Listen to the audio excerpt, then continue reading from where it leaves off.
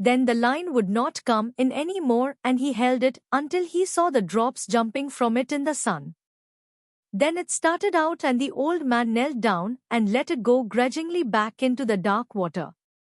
He is making the far part of his circle now, he said. I must hold all I can, he thought. The strain will shorten his circle each time. Perhaps in an hour I will see him. Now I must convince him and then I must kill him. But the fish kept on circling slowly and the old man was wet with sweat and tired deep into his bones 2 hours later. But the circles were much shorter now, and from the way the line slanted he could tell the fish had risen steadily while he swam. For an hour the old man had been seeing black spots before his eyes, and the sweat salted his eyes and salted the cut over his eye and on his forehead. He was not afraid of the black spots. They were normal at the tension that he was pulling on the line. Twice, though, he had felt faint and dizzy, and that had worried him. I could not fail myself and die on a fish like this, he said. Now that I have him coming so beautifully, God help me endure. I'll say 100 Our Fathers and 100 Hail Marys. But I cannot say them now. Consider them said, he thought. I'll say them later. Just then he felt a sudden banging and jerking on the line he held with his 2 hands. It was sharp and hard-feeling and heavy. He is hitting the wire leader with his spear, he thought. That was bound to come. He had to do that. It may make him jump though, and I would rather he stayed circling now.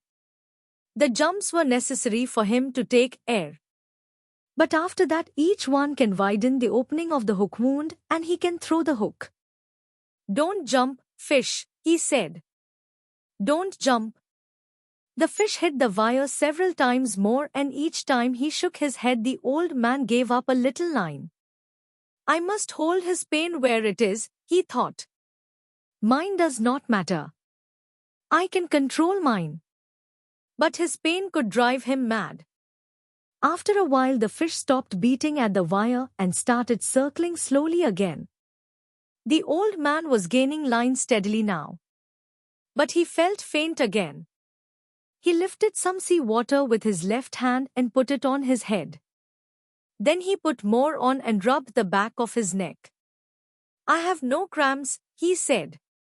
He'll be up soon and I can last. You have to last. Don't even speak of it. He kneeled against the bow and, for a moment, slipped the line over his back again. I'll rest now while he goes out on the circle and then stand up and work on him when he comes in, he decided. It was a great temptation to rest in the bow and let the fish make one circle by himself without recovering any line. But when the strain showed the fish had turned to come toward the boat, the old man rose to his feet and started the pivoting and the weaving pulling that brought in all the line he gained. I'm tireder than I have ever been, he thought, and now the trade wind is rising. But that will be good to take him in with. I need that badly. I'll rest on the next turn as he goes out, he said. I feel much better. Then in 2 or 3 turns more I will have him. His straw hat was far on the back of his head and he sunk down into the bow with the pull of the line as he felt the fish turn. You work now, fish, he thought. I'll take you at the turn. The sea had risen considerably. But it was a fair weather breeze and he had to have it to get home. I'll just steer south and west, he said.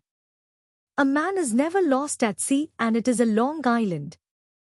It was on the 3rd turn that he saw the fish first. He saw him first as a dark shadow that took so long to pass under the boat that he could not believe its length. No, he said. He can't be that big.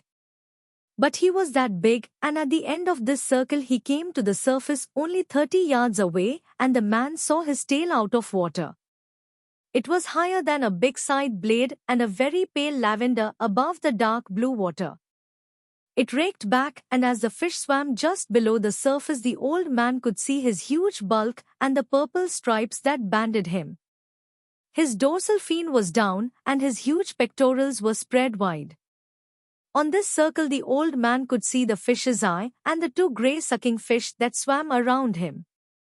Sometimes they attached themselves to him. Sometimes they darted off. Sometimes they would swim easily in his shadow.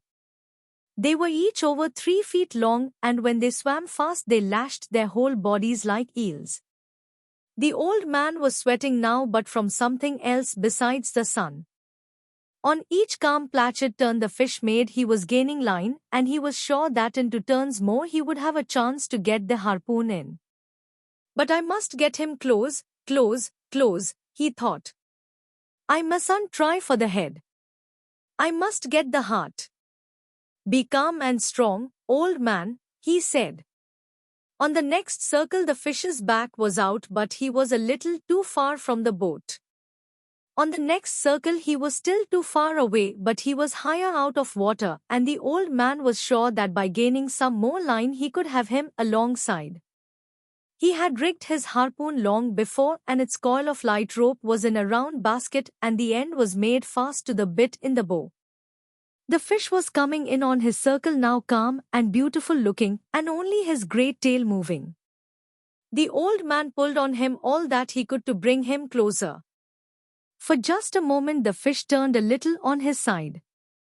Then he straightened himself and began another circle. I moved him, the old man said. I moved him then. He felt faint again now, but he held on the great fish all the strain that he could. I moved him, he thought. Maybe this time I can get him over. Pull, hands, he thought. Hold up, legs. Last for me, head. Last for me. You never went. This time I'll pull him over. But when he put all of his effort on, starting it well out before the fish came alongside and pulling with all his strength, the fish pulled part way over and then righted himself and swam away. Fish, the old man said. Fish, you are going to have to die anyway. Do you have to kill me too? That way nothing is accomplished, he thought. His mouth was too dry to speak, but he could not reach for the water now. I must get him alongside this time, he thought. I am not good for many more turns. Yes, you are, he told himself. You're good forever. On the next turn, he nearly had him. But again the fish righted himself and swam slowly away. You are killing me, fish, the old man thought. But you have a right to. Never have I seen a greater, or more beautiful, or a calmer or more noble thing than you, brother. Come on and kill me. I do not care who kills who. Now you are getting confused in the head, he thought. You must keep your head clear. Keep your head clear and know how to suffer like a man. Or a fish, he thought. Clear up, head, he said in a voice he could hardly hear. Clear up. Twice more it was the same on the turns. I do not know, the old man thought. He had been on the point of feeling himself go each time. I do not know. But I will try it once more. He tried it once more and he felt himself going when he turned the fish. The fish righted himself and swam off again slowly with the great tail weaving in the air. I'll try it again, the old man promised, although his hands were mushy now and he could only see well in flashes. He tried it again and it was the same. So, he thought, and he felt himself going before he started, I will try it once again. He took all his pain and what was left of his strength and his long-gone pride and he put it against the fish's agony, and the fish came over onto his side and swam gently on his side, his bill almost touching the planking of the skiff, and started to pass the boat, long, deep, wide, silver and barred with purple and interminable in the water. The old man dropped the line and put his foot on it and lifted the harpoon as high as he could and drove it down with all his strength, and more strength he had just summoned, into the fish's side just behind the great chest fin that rose high in the air to the altitude of the man's chest. He felt the iron go in and he leaned on it and drove it further and then pushed all his weight after it. Then the fish came alive, with his death in him, and rose high out of the water showing all his great length and width and all his power and his beauty. He seemed to hang in the air above the old man in the skiff. Then he fell into the water with a crash that sent spray over the old man and over all of the skiff. The old man felt faint and sick and he could not see well. But he cleared the harpoon line and let it run slowly through his raw hands and, when he could see, he saw the fish was on his back with his silver belly up.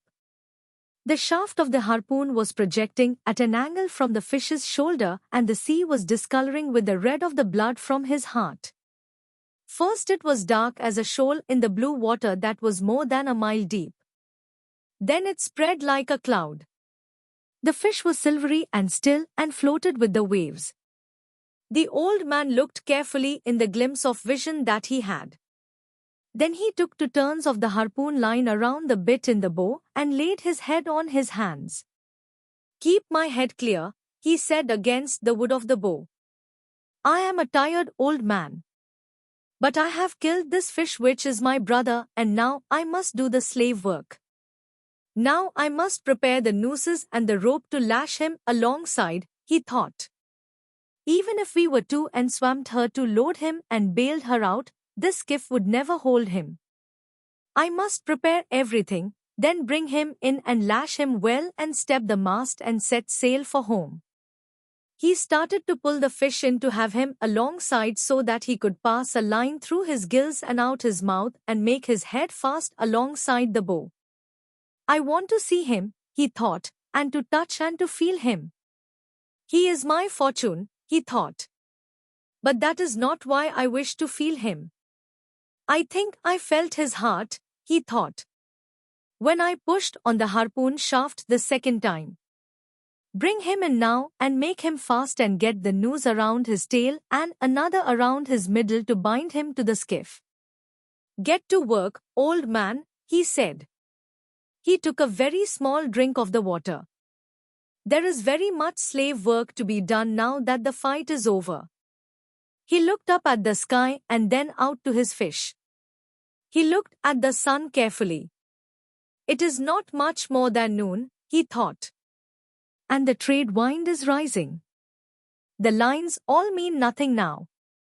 The boy and I will splice them when we are home. Come on, fish," he said. But the fish did not come. Instead he lay there wallowing now in the seas and the old man pulled the skiff up onto him. When he was even with him and had the fish's head against the bow, he could not believe his size. But he untied the harpoon rope from the bit, passed it through the fish's gills and out his jaws, made a turn around his sword, then passed the rope through the other gill, made another turn around the bill and knotted the double rope and made it fast to the bit in the bow. He cut the rope then and went astern to noose the tail. The fish had turned silver from his original purple and silver, and the stripes showed the same pale violet color as his tail. They were wider than a man's hand with his fingers spread, and the fish's eye looked as detached as the mirrors in a periscope or as a saint in a procession.